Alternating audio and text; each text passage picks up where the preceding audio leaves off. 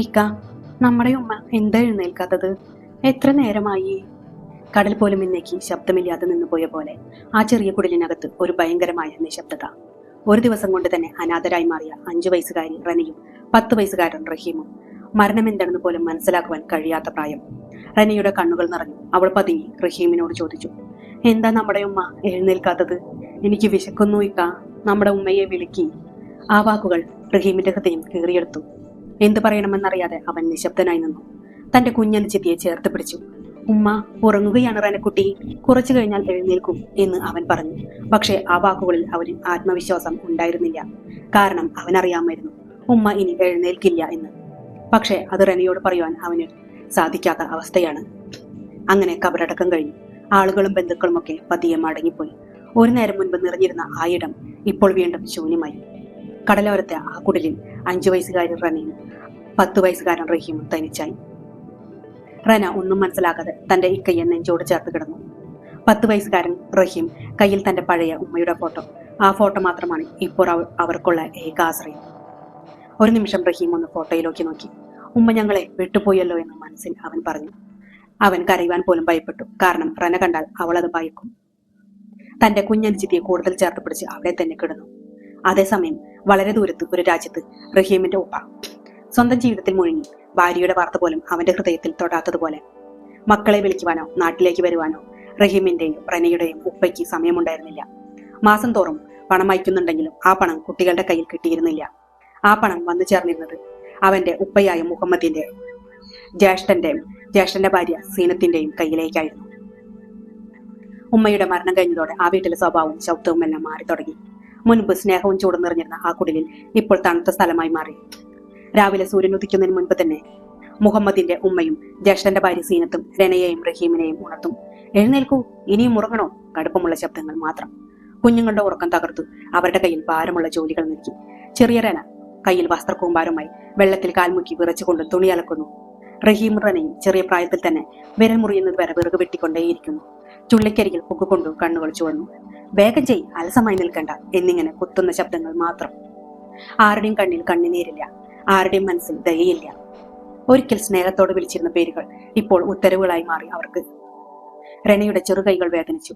റഹീമിന്റെ മനസ്സ് തകർന്നു. പക്ഷേ അവർക്ക് ഒന്നും പറയുവാൻ പറ്റാത്ത അവസ്ഥ. കാരണം അവർക്കറിയാമായിരുന്നു അവർക്ക് ആശ്രയിക്കുവാൻ മറ്റാരുമില്ലാന്ന്. രാത്രിയാകുമ്പോൾ വേദനയും ക്ഷീണം കൊണ്ട് തളർന്നുറങ്ങും. രണ പതുക്കെ എപ്പോഴും റഹീമിനോട് ചോദിക്കും, ഇക്ക, നമുക്ക് നമ്മുടെ ഉമ്മയെ കാണുവാൻ പറ്റുമോ? എനിക്ക് ഉമ്മയുടെ അരികിലേക്ക് പോകണം. ഈ വാക്കുകൾ കേൾക്കുമ്പോൾ റഹീമിന്റെ കണ്ണുകൾ നിറയും. റഹീം കണ്ണുനീരൊളിപ്പിച്ചു. ഉമ്മ എല്ലാം കാണുന്നുണ്ട് റനക്കുട്ടി, പക്ഷേ അവന്റെ ഉള്ളിൽ ഒരു തീ കത്തുന്നുണ്ടായിരുന്നു. അങ്ങനെ ചെറിയ തെറ്റുകൾക്ക് പോലും സീനത്ത് അവരെ നുള്ളി വേദനിച്ചുകൊണ്ടേയിരിപ്പിക്കും. ആ വേദന ശരീരത്തിൽ മാത്രമല്ല ഹൃദയത്തിലും കുത്തിയിരുന്നു. റംസാൻ മാസം എത്തി. മറ്റുള്ളവർക്ക് അനുഗ്രഹത്തിന്റെ മാസം. പക്ഷേ റഹീമിനും റനയ്ക്കും പരീക്ഷണങ്ങളുടെ മാസമായിരുന്നു അത്. റഹീം മനസ്സിൽ പറഞ്ഞു, ഇപ്രാവശ്യം ഞാൻ നോമ്പെടുക്കും, അള്ളാഹു നമ്മളെ രക്ഷിക്കും. പക്ഷേ ആ ചെറിയ കുട്ടിയുടെ ആഗ്രഹങ്ങൾക്കും അവന്റെ വയറിന്റെ ശൂന്യതയ്ക്കുമിടയിൽ വലിയൊരു പോരാട്ടമുണ്ടായിരുന്നു. വൈകുന്നേരം നോമ്പ് തുറക്കുന്ന സമയമായ മേശപ്പുറത്ത് പലതരം പലഹാരങ്ങൾ, പഴങ്ങൾ, ചൂടൻ ഭക്ഷണം, സുഗന്ധം നിറഞ്ഞ വീട്. സീനത്തും ഭർത്താവും മക്കളും ചിരിച്ചും സംസാരിച്ചും വയറു നിറച്ചു കഴിക്കും. അവിടെ ഒരു മൂലയിൽ റനയും റഹീമും എല്ലാം ജോലി കഴിഞ്ഞ് നിൽക്കുന്നുണ്ടാകും. വിശന്ന കണ്ണുകളോടെ അവർ അത് നോക്കി നിൽക്കുന്നു. ഒരു വാക്ക് പോലും ആരും ചോദിക്കുന്നില്ല, നിങ്ങൾക്ക് വേണമോ എന്ന്. എല്ലാവരും കഴിച്ചു തീർന്നാൽ ബാക്കി വന്ന കരിഞ്ഞ റൊട്ടി കഷ്ണങ്ങൾ റനയ്ക്ക് മുന്നിൽ എറിഞ്ഞു കൊടുക്കും. റന വിശപ്പിന്റെ വേദന കൊണ്ട് അത് വേഗമെടുത്ത് തിന്നുവാൻ തുടങ്ങും. അത് കാണുമ്പോൾ റഹീമിന്റെ കണ്ണുകൾ നിറയും. അവൻ തലതിരിക്കും. കാരണം അവന് കരയുവാൻ പാടില്ലായിരുന്നു. പക്ഷെ ഹൃദയം ചോദിക്കും, ഞങ്ങൾ ഇത്രയും പാപം ചെയ്തോ? എന്നാൽ ഇതെല്ലാം കണ്ടു നിൽക്കുന്ന മുഹമ്മദിന്റെ ഉമ്മ പ്രതികരിക്കാതെ തന്നെ അവിടെ നിന്നിരുന്നത്. സ്വന്തം മകന്റെ മക്കളായിട്ട് പോലും ഒരു തരി സ്നേഹമോ ഒരു തുള്ളി കരുണയോ മുഹമ്മദിന്റെ ഉമ്മയിൽ നിന്ന് ആ കുട്ടികൾക്ക് കിട്ടിയിട്ടില്ല. ആ വീട്ടിൽ എപ്പോഴും ആ കുട്ടികൾക്കുള്ള സ്ഥാനം ജോലിക്കാർ മാത്രമായിട്ടായിരുന്നു. മുഹമ്മദിന്റെ ഉമ്മയും സീനത്തും എല്ലാവരും ആ കുട്ടികളെ ഒരു ജോലിക്കാരായിട്ട് മാത്രമാണ് അവിടെ കണ്ടിരുന്നത്. രാത്രി റന ഉറങ്ങുമ്പോൾ റഹീം പുറത്തെ ആകാശങ്ങളെ നോക്കി പൊട്ടിക്കരയും. ഒരു ദിവസം റന അടുക്കളയിൽ പാത്രം കഴിച്ചുകൊണ്ടിരിക്കുമ്പോൾ അറിയാതെ അവളുടെ കയ്യിൽ നിന്ന് ചില്ല് പാത്രം നിലത്തേക്ക് വീണ് പൊട്ടി. പൊട്ടിയ ഒച്ച കേട്ട് ഓടി വന്ന സീനത്ത് റനയെ പൊതിരെ തല്ലി അവളെ പിടിച്ചു വലിച്ച് ഒരു മുറിയിലിട്ട് പൂട്ടി. ഇത് കണ്ടുവന്നിരുന്ന റഹീം ഓടിക്കരഞ്ഞു. സീനത്തിന്റെ കാലിൽ വീണു, എന്റെ അനിയത്തിയെ മുറിക്കുള്ളിൽ നിന്ന് തുറന്നു വിടൂ, അവൾക്ക് വിശക്കുന്നുണ്ടാകും. എന്നാൽ ഇതെല്ലാം കണ്ടിട്ടും സീനത്ത് റഹീമിനെ പിടിച്ചു തള്ളുകൊടുത്തു. സീനത്തിന്റെ ഹൃദയം കല്ലായിരുന്നു. റഹീം നിലത്ത് വീണു. എന്നാലും വീണ്ടും എഴുന്നേറ്റു. അവൻ ഓടിപ്പോയി മുറി തുറന്നു. റനയെ ചേർത്ത് പിടിച്ച് പൊട്ടിക്കരഞ്ഞു. റന റഹീമിനെ ചേർത്ത് പിടിച്ചു. ഇക്ക, എനിക്ക് പേടിയാകുന്നു. റഹീം, ഭയപ്പെടേണ്ട, ഞാൻ നിന്റെ ഒപ്പമുണ്ടെന്ന് മാത്രം പറഞ്ഞു. പക്ഷെ അവന്റെ ഉള്ളിൽ വേദനയും കോപം ഒന്നിച്ച് കത്തുകയായിരുന്നു. റന മന്ദമായി പറഞ്ഞു, നമുക്കിവിടെ നിന്ന് രക്ഷപ്പെടാം. നിറകണ്ണുകളോടെ റഹീം ഒരു തീരുമാനത്തിലെത്തുന്നു. അതെ, ഇവിടെ ഇനി നിന്നാൽ എന്റെ കുഞ്ഞിന് ചിത്തിയുടെ ജീവൻ തന്നെ ആപത്താകും. അതുകൊണ്ട് മനസ്സിൽ അവനൊരു തീരുമാനമെത്തുന്നു. എങ്ങനെയെങ്കിലും ഇവിടെ നിന്ന് രക്ഷപ്പെടണമെന്ന് തീരുമാനത്തിൽ അവരെത്തുന്നു. അന്ന് രാത്രി റഹീമിന് ഉറങ്ങുവാനായില്ല. റന അവന്റെ നെഞ്ചിൽ തല കൈവച്ച് ഉറങ്ങുമ്പോഴും അവന്റെ മനസ്സിൽ മുഴുവൻ ചിന്തകൾ റനയെക്കുറിച്ചായിരുന്നു. ഇങ്ങനെ ഇനി തുടരുവാൻ പാടില്ല. എങ്ങനെയെങ്കിലും ഇവിടെ നിന്ന് രക്ഷപ്പെടണം. ഇല്ലെങ്കിൽ എന്റെ കുഞ്ഞിന് ചെത്തി ഇവിടെ കിടന്ന് മിരിക്കും. ഒടുവിൽ അവർ അവിടെ നിന്ന് പോകുവാൻ തീരുമാനമെടുക്കുന്നു. ഒരു നിമിഷം റഹീം ചുറ്റും നോക്കി. ആരുമില്ലെന്ന് ഉറപ്പാക്കി. പിന്നീട് റനയുടെ കൈ പതുക്കെ പിടിച്ചു. റന, എഴുന്നേൽക്കൂ, നമുക്ക് പോകാം. റന കണ്ണു തുറന്നു. ഒന്നും മനസ്സിലായില്ല. പക്ഷേ ഇക്കയുടെ മുഖത്ത് കണ്ട ആ ഗൗരവം അവൾ ഒന്നും ചോദിക്കാതെ എഴുന്നേറ്റു. റഹീമിന്റെ കയ്യിൽ ഒരു പഴയ കുപ്പിയിൽ വെള്ളവും മറ്റൊരു കയ്യിൽ അവരുടെ ഉമ്മയുടെ ഫോട്ടോയും മാത്രമായിരുന്നു ഉണ്ടായിരുന്നത്. അതുമാത്രമായിരുന്നു അവരുടെ ലോകം. കുടിലിന്റെ വാതിൽ പതുക്കെ തുറന്നു. കാറ്റ് ശബ്ദവുമില്ലാതെ അകത്തേക്ക് വന്നു. അവർ ഒരിക്കൽ പോലും തിരിഞ്ഞു നോക്കാതെ നടന്നുകൊണ്ടേയിരുന്നു. രാത്രി ചുറ്റും കനത്ത ഇരുട്ട്, അപരിചിതമായ വഴികൾ. റന പേടിച്ച് റഹീമിന്റെ കൈ മുറുകെ പിടിച്ചു. ഒരു നിമിഷം പോലും വിട്ടുകൊടുക്കാൻ റഹീം തയ്യാറായില്ല. റന കരഞ്ഞുകൊണ്ട് തന്നെ ചോദിച്ചു, ഇക്ക, നമ്മൾ എവിടേക്കാ പോകുന്നത്? റഹീമിന്റെ മനസ്സ് വിറയ്ക്കുന്നുണ്ടായിരുന്നു. റഹീം അവളെ കൂടുതൽ ചേർത്ത് പിടിച്ചു പറഞ്ഞു, ഭയപ്പെടേണ്ട, ഞാനുണ്ട് നിന്റെ കൂടെ. അവന്റെ ശബ്ദം ശാന്തമായിരുന്നെങ്കിലും അവന്റെ ഉള്ളിലും ഭയം നിറഞ്ഞിരുന്നു. അങ്ങനെ അവർ നടന്നുകൊണ്ടേയിരുന്നു. രാത്രി ചുറ്റും കനത്ത ഇരുട്ട്. പേടിയിൽ വിറച്ച റന റഹീമിന്റെ കൈ മുറുകെ പിടിച്ചു. നീണ്ട നേരത്തെ നടപ്പിന് ശേഷം അവർ ഒരു വലിയ റെയിൽവേ സ്റ്റേഷനിലെത്തി. വെളിച്ചങ്ങൾ, ശബ്ദങ്ങൾ, ആൾക്കൂട്ടം എല്ലാം അവർക്ക് പുതിയ ലോകം പോലെ തോന്നി. ആദ്യമായിട്ടാണ് റന ട്രെയിൻ കാണുന്നത്. വലിയ ഇരുമ്പ് പോലെ നീങ്ങുന്ന ആ തീവണ്ടി മുൻപിൽ നിന്നപ്പോൾ അവൾ പേടിച്ചു. റഹീമിന്റെ കൈ കൂടുതൽ മുറുകെ പിടിച്ചു. ഇക്ക, നമ്മളിത് എവിടെയാണ്? അവൾ വിറച്ചുകൊണ്ട് ചോദിച്ചു. റഹീം അവളുടെ കൈ ചേർത്ത് പിടിച്ചു. ഇത് സ്റ്റേഷനാണ് റനക്കുട്ടി, ഭയപ്പെടേണ്ട, അവൻ പറഞ്ഞു. പക്ഷേ അവനും ഭയത്തോടെയാണ് അവിടെ നിന്നിരുന്നത്. ഒരു ട്രെയിൻ പോകാൻ തയ്യാറായി നിന്നു. ആൾക്കാർ തിക്കും പിടിച്ച് ആ ട്രെയിനിലേക്ക് കയറുന്നു.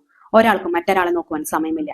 ഇത് കണ്ട റഹീം ഒരു നിമിഷം പോലും ചിന്തിക്കാതെ റനയുടെ കൈ പിടിച്ചു. വാ എന്ന് പറഞ്ഞുകൊണ്ട് അവൻ ആ തിരക്കിനിടയിൽ കയറി. ട്രെയിനിന്റെ വാതിൽ കടന്നു അകത്തെത്തി. അകത്ത് വലിയ തിരക്ക്. നിൽക്കുവാൻ പോലും സ്ഥലം കുറവ്. സീറ്റുകളെല്ലാം നിറഞ്ഞിരിക്കുന്നു. ആരും ആരെയും ശ്രദ്ധിക്കുന്നില്ല. റഹീം ആരോടും ഒന്നും ചോദിക്കുവാൻ ധൈര്യമുണ്ടായിരുന്നില്ല. അവൻ വേഗം റനയുടെ കൈ പിടിച്ച് ഒരൊഴിഞ്ഞ സീറ്റിന്റെ അടിയിലിരുന്നു. തണുത്ത സ്ഥലത്ത് 2 കുഞ്ഞുങ്ങൾ. റന പതുക്കെ ചോദിച്ചു, ഇക്ക, ഇതെവിടേക്കാണ് പോകുന്നത്? റഹീം ഒരു നിമിഷം മിണ്ടാതെ നിന്നു. അവന് പോലും അറിയുന്നുണ്ടായിരുന്നില്ല എവിടേക്കാ പോകുന്നതെന്ന്. പുറത്തു പോലും നോക്കുവാൻ പറ്റാതെ റഹീം റനയും ശ്വാസം പിടിച്ചു. സീറ്റിന്റെ അടിയിൽ ഒതുങ്ങിയിരുന്നു.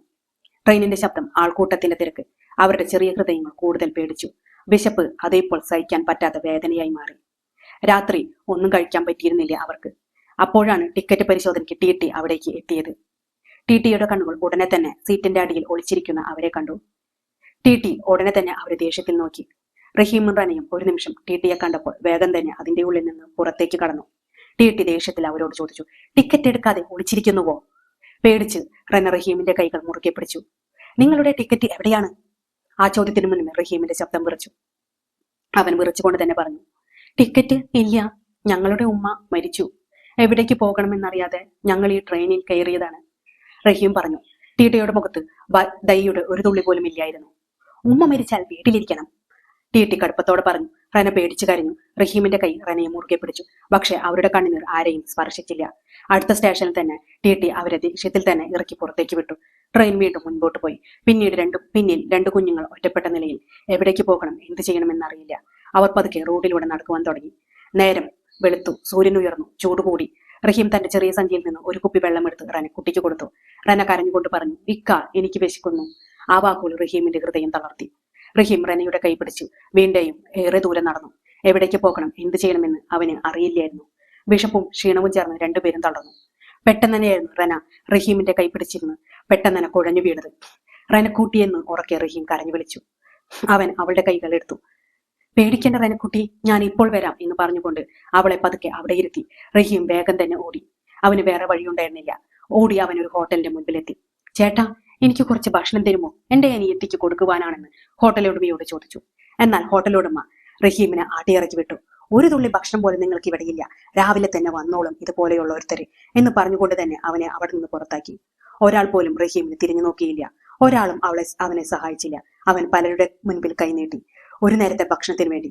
പക്ഷേ ആ ലോകം അത്ര കഠിനമായി തോന്നി അവന്. അവന്റെ കണ്ണുകൾ നിറഞ്ഞു. പക്ഷേ അവൻ സമയമില്ല. റനക്കുട്ടി അവിടെ കിടക്കുകയാണ്. ഒടുവിൽ അവൻ ഒരു ഫ്രൂട്ട്സ് കടയുടെ മുൻപിലെത്തി. പഴുത്ത മാങ്ങകൾ കിടക്കുന്നു. അവൻ ഒരു നിമിഷം മിണ്ടാതെയായി. പിന്നീട് തന്റെ റനക്കുട്ടിക്ക് വേണ്ടി അവൻ പതുക്കെ ചെന്ന് ഒരു മാങ്ങയെടുത്തു. ഓടി.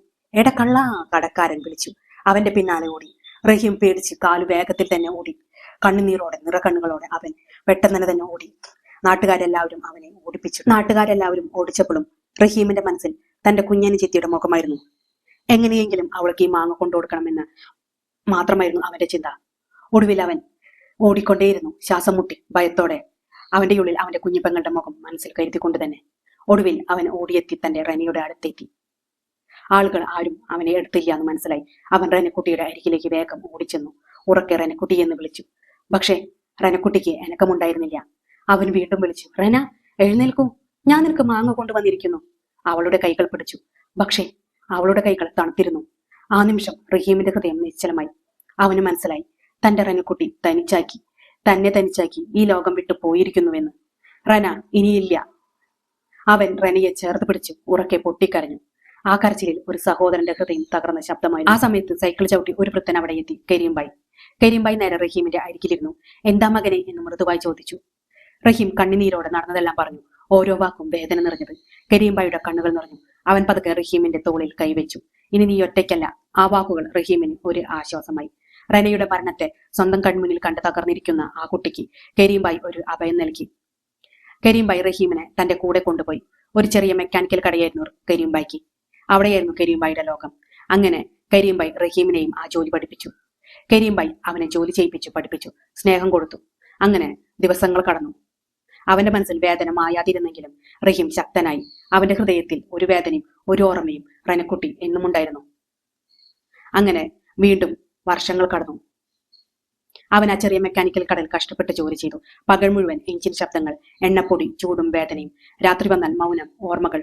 ഒരു നിമിഷം റഹീമിന്റെ മനസ്സിൽ നിന്നും റെനക്കുട്ടിയുടെ മുഖം മായുന്നുണ്ടായിരുന്നില്ല. അവളുടെ ചിരി, അവളുടെ കരച്ചിൽ, ഇക്ക എന്ന് വിളിച്ച ശബ്ദം. അതുപോലെ തന്നെ തന്നോടും തന്റെ അനിയത്തിയോടും ക്രൂരത കാണിച്ച സീനത്തും അവരുടെ കുടുംബവും. ആ ഓർമ്മ അവന്റെ ഉള്ളിൽ ഒരു തീയായി കത്തിക്കൊണ്ടേയിരുന്നു. പക്ഷേ ആ തീ അവനെ നശിപ്പിച്ചില്ല. അവൻ ശക്തനായി. ഞാൻ വിജയിക്കണം, റെനക്കുട്ടിക്ക് വേണ്ടി ഞാൻ വിജയിക്കും എന്ന് അവൻ തീരുമാനിച്ചു. രാവും പകലും കഷ്ടപ്പെട്ടു, സമ്പാദിച്ചു.